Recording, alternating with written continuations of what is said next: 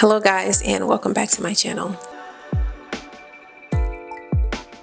So I just recently turned 29, and looking back on my 20s, I feel as though I made the most out of my 20s. Not in a reckless way, but in a way where I prioritize self-growth, self-love, self-development. It's been said that your 20s is for you to make mistakes. It's for you to get out in the world and experience things, and that is true. But I believe that some of us may be under the impression that you should spend your 20s to live recklessly. And although we're going to make mistakes, and although we will find ourselves in reckless situations, I don't think we should go out of our way to be reckless, if that makes any sense. What I'm saying is, I truly believe that your 20s should also be a time where you set the foundation for the rest of your adulthood. And that's not necessarily having life figured out. I just want to share a few lessons that I've learned and a few things that I've applied that I feel made a world of a difference in terms of who I am today. And because I've spent my time applying the things that I'm going to share in this video, I am looking forward to my 30s. I'm looking forward to stepping into a more evolved version of myself, an older, wiser person. So I'm not going to waste any more time. I am going to share the things that I feel made the hugest difference in my life because I applied these things. Take care of your body now because it will reflect in your later years. I was watching a video earlier today, and the person in the video said something that kind of stuck with me. When you're born, you look like your mom and dad, but when you die, you look like your choices. Little disclaimer, if you hear little bickering in the background, that's just my children being children in the background, okay? So if you hear them, no you don't. As children and teens, we don't really put much thought into our health and nutrition because our parents and guardians are responsible for that. And either that had a positive impact on your outlook of health or it had a negative one. You don't go to PE anymore to make sure that you're being active, nor do you go outside and play at the park. So now you have to make the conscious effort to be more physically active. And if you were never taught how to eat healthy, now you have to teach yourself about nutrition and you have to learn what foods are best for you to eat. And now as adults, our bodies are going to catch up to us way quicker if we treat it carelessly. The key to staying healthy as you get older is to maintain the level of health you have now while you're feeling at your best. Me personally, I had to unlearn a lot of things as an adult now in order to live a healthier life. And being a Black woman, a lot of the foods that my family would culturally eat were a direct link to a lot of family members ending up with illnesses such as cancer and diabetes and high blood pressure. So I decided to change how I ate, and even though my entire family clowned me for it, I made a personal choice that went against the grain of my family. And that was the plan, to go against the grain that made a lot of my family sick. My next point is just one word: unlearning. I had no idea just how the things that I went through in my younger years would have affected me until I was grown and on my own. I had been dealing with debilitating anxiety and I had no idea. Like literally my baseline was fight or flight mode, and because I had spent the majority of my life like this, I thought that that was just who I was. That's how I needed to be. And I didn't know myself outside of fight or flight mode. I had a plethora of issues that I thought that if I suppressed it enough, if I drowned it out enough with other things, that it would go away. No. These issues would somehow reveal themselves in other ways, such as in my decision making.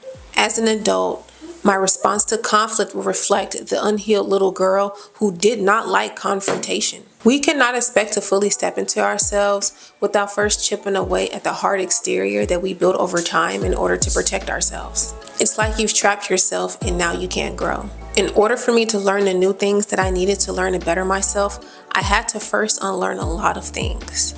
Little you did the best that they could with the cards they were dealt. Everything that I do now is to let my younger self know that they did a great job and that you can rest now and that things turned out okay.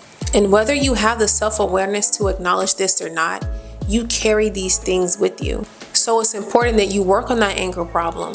Figure out the reason why you people please. Address that reason why you're searching for love in the wrong places. Because it all stems from somewhere. This is the time where you decide whether or not the things that were out of your control will continue to determine your quality of life. The last thing that I would like to share with you is there no such thing as the perfect path to life. There is no age group where you have it all figured out. The person in their 40s is still figuring things out just like the person in their 20s. The beautiful thing about life is that we each live unique lives, and different milestones occur at different ages from person to person. If you found your person at 26 and you get married at 27, that is okay.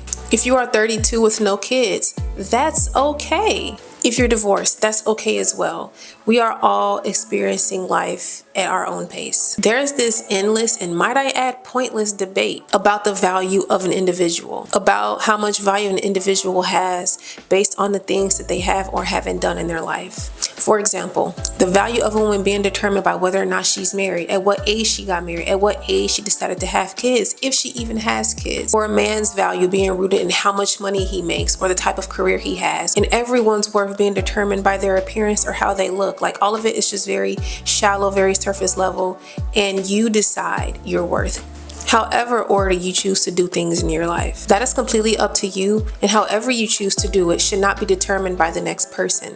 Getting hung up on whether or not you did things correctly does nothing but create an unhealthy mindset where you're overcritical of yourself. And this could very well be the reason why you see everyone willing to cast judgment on how someone else decided to live their life. A lot of people be trying to sound like God by attempting to decide the worth of another individual.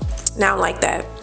I don't like it one bit. Also, your 30s is not old. And as long as you take care of your body, like I stated earlier in the video, you don't have to worry about feeling old when you get in your 30s. I'll be 30 soon, and my husband is over 30. And when I tell you, I don't feel like there's no old feeling. You see what I'm saying? Like, I feel the same now as I did when I was 25. My husband feels the same at 31. What you don't use, you lose. If the last time you exercised was when you got out of high school, of course 10 years later you're gonna feel old and out of shape. But if you continue to live an active lifestyle, it's gonna come second nature to you to become active. It's not gonna be debilitating to go for a run or to go for a jog. You see what I'm saying? At the end of the day, all we can do is our best, and ultimately God is in control. Also, you do not need to have life figured out right now.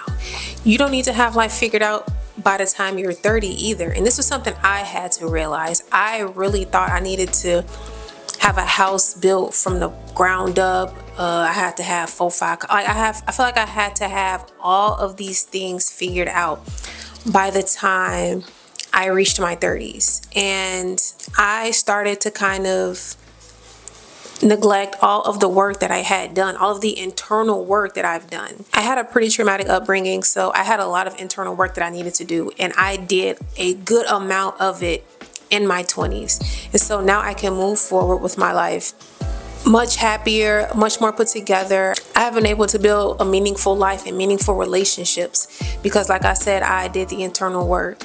And I know it's just a matter of time before my outer life reflects that. And in all actuality, my outer life already reflects that. I think we just get caught up in the future and what we want and that end goal that we have, that we tend to kind of forget things that we did accomplish, the things that we do have. And this is with all the mistakes that I did make. Don't get me wrong, like, I made a ton of mistakes. In fact, I encourage you to try all the things, okay? Mess up as much as you can, right? Don't be reckless and do things that you know you shouldn't be doing. I mean, like, take leaps of faith. Trying and failing is important. And this isn't just in your 20s, this is just throughout life, period. Welcome mistakes. Mistakes aren't bad. Get out of your head that mistakes are bad. I've said this before in a video, but giving up is the villain that you guys think failure is. You want to fail, you want to keep trying, you want to do your best. Whatever you found helpful in this video, I hope you take it and I hope you apply it, and I hope you understand that I'm just coming from a place of love. Whatever you don't agree with or whatever you feel may not apply to you, just leave it. Take what you can take and leave the rest. And let me just end this by saying, seek God and you'll be good regardless. I'll talk to you soon.